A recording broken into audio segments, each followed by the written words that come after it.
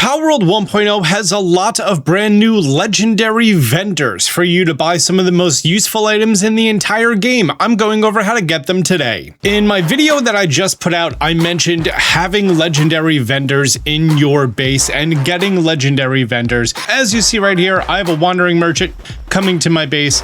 I get the little pop-up on the left that says a visitor has arrived. This is the lowest level wandering merchant. This mechanic has been in the game since early access.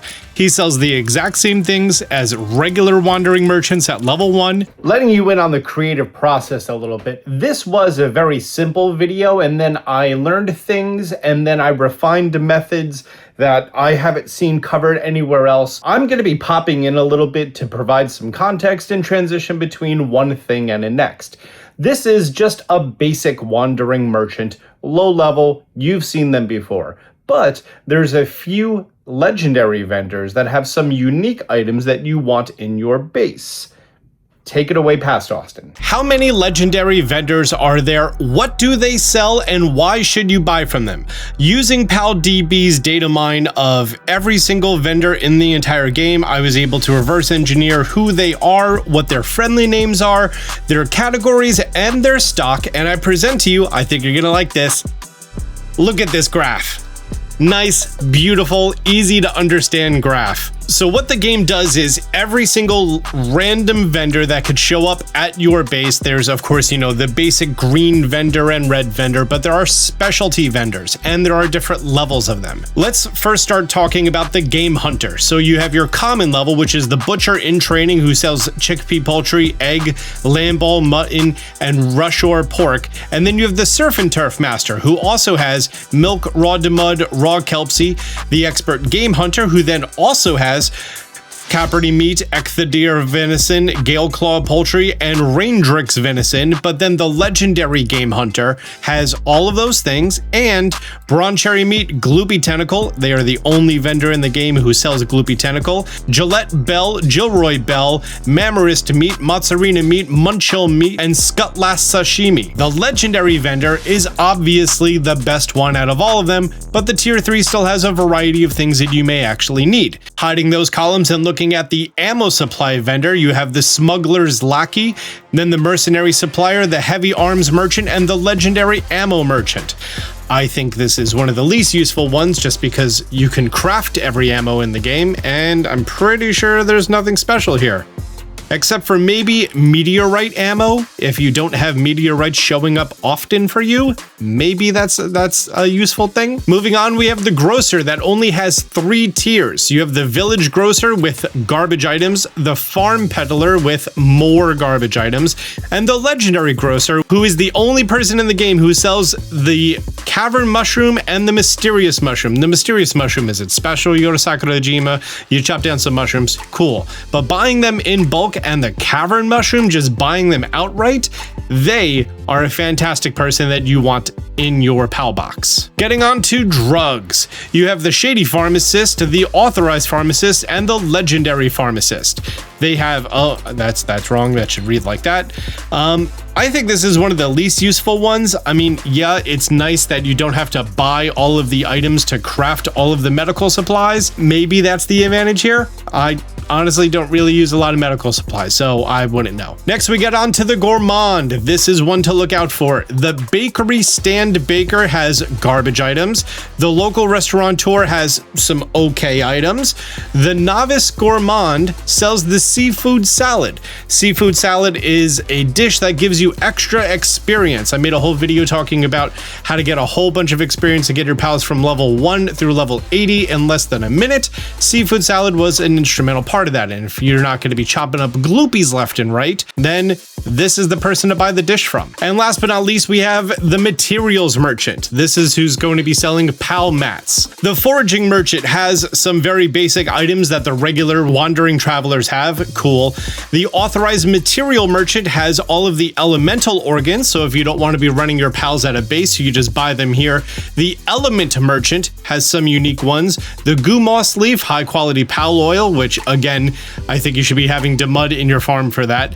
Catrus Hair, Penking Plume, and Toko Toko Feather. And then the Legendary Materials Merchant also has the Dazzy Cloud, great for the Homeward Bound Cloud, Kilomari Tendril, Lee's Punk Crest, Ribbunny Ribbon, and Swee Hair. I'm really happy I took the time to figure out exactly how this works. I hope this graph has been helpful for you guys. All of these guys, you are allowed to hit them one time. So I'm going to go ahead and put on my Ring of Mercy. We have the Pal Tamer Glasses, which does the same thing. Hitting them one time does not activate alerting authorities. They do not get hostile or anything else. And then feel free to throw a sphere. You're not going to see your chance to catch them. With this Ancient Sphere, the best sphere in the game, I'm at 38% on a level 1 Tamer. So it's not designed to catch humans, but you could. After the visitor has left the base, as we see on the left-hand side, your base is now eligible for a new vendor to come. But the amount of time that's going to pass is a random number. From what I've observed, it's between 30 to 60 minutes. So we are just going to destroy the base. Okay, there's now no more base here, right? No base, we're good. Hey, look, there's a brand new base here. Within the next 5 minutes, we should send someone over and go say hi. You need a base that is eligible to have visitors come to you. Now, visitors could be merchants or it could be raids. Now, in the world settings, if you turn raids off, then you're just not going to have raids. You're going to only have visitors, and your base needs to be on the ground, not on the water. And the game draws an invisible line from where they're going to spawn in the visitor to your PAL box. If that's obstructed by building walls, defensive walls, barriers, things like that, you're never going to have a visitor and you're never going to have a raid. Double-edged sword. I have been doing some testing and I made an observation. I'm going to talk about this location right here. Here's King Paka and I'm directly east of that. This spot right here in the middle is deemed as the spawning zone. So after 2 minutes and 40 seconds of me putting down that PAL box, the game is then going to attempt to spawn in the NPC Traveling Merchant event or whatever event is happening right here. Funny enough, instead of putting it there, I put it here, and the spawn location was somewhere, I think it was there. And this location is also the same location that a random interaction can happen. I saw PAL mercenaries beating up one of the local bad guys right there. So apparently the game just chooses one of these locations that random events can happen, and that's where it's going to spawn. The NPCs then spawn in and they slowly walk up here all the way and they pathfind directly to the PAL box. And right about here is when I get the notification. And there they are. Wow, like clockwork. Wow, you literally just saw him spawn in after 2 minutes and 40 seconds. So I've been studying this further and I've come up with exactly how to do this as fast and efficiently as possible. One of three things is going to happen. You're going to get a merchant who spawns in, you're going to get a gift NPC who spawns in, or you're going to get a raid. If it is a gift NPC, it's the fastest and easiest. They're going to spawn there, fly down, talk to them, and then after you're done speaking with them, they're then going to find the fastest path back to their spawn location, being right there, and they're going to despawn all of them. Nice and fast and easy.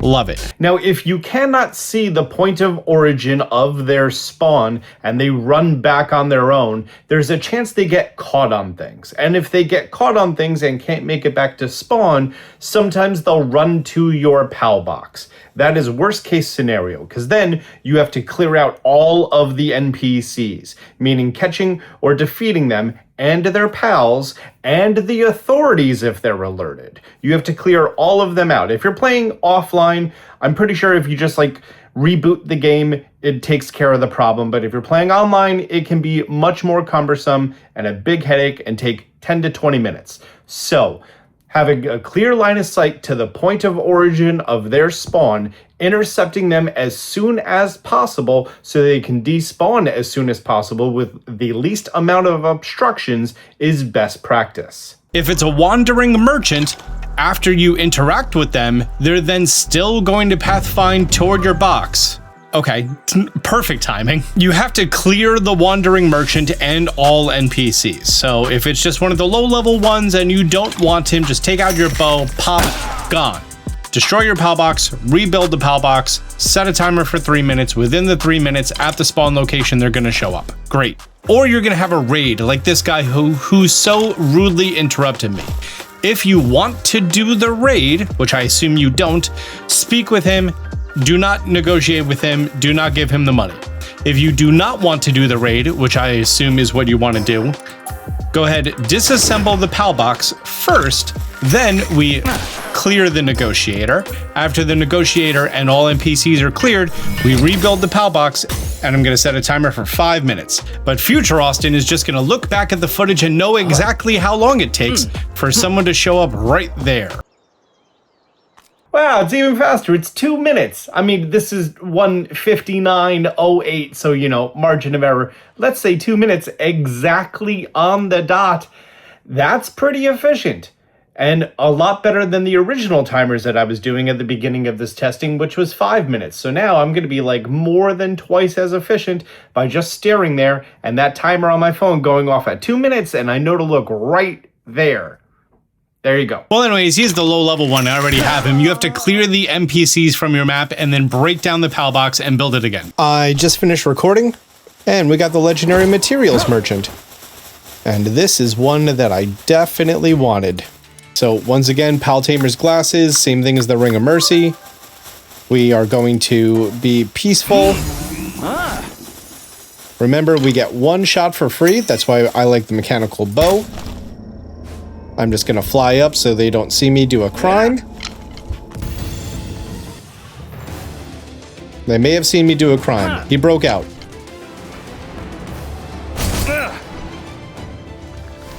One, two.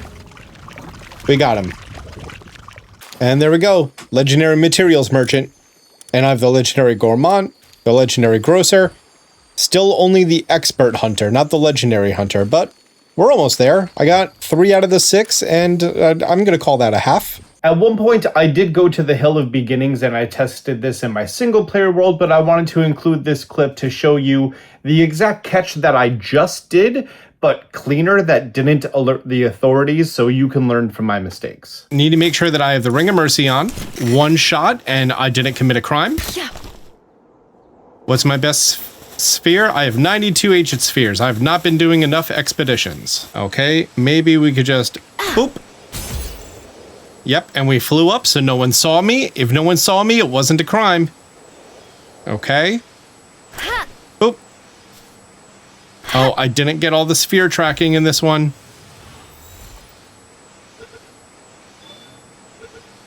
But beautiful. We got the legendary pharmacist. Now everyone else is dismissed. Great, guys, I hope you found this information helpful. If you did, do me a favor, hit the thumbs up button down below. If you're new to the channel, be sure to subscribe, turn on notifications. Until next time, Austin John Gaming out.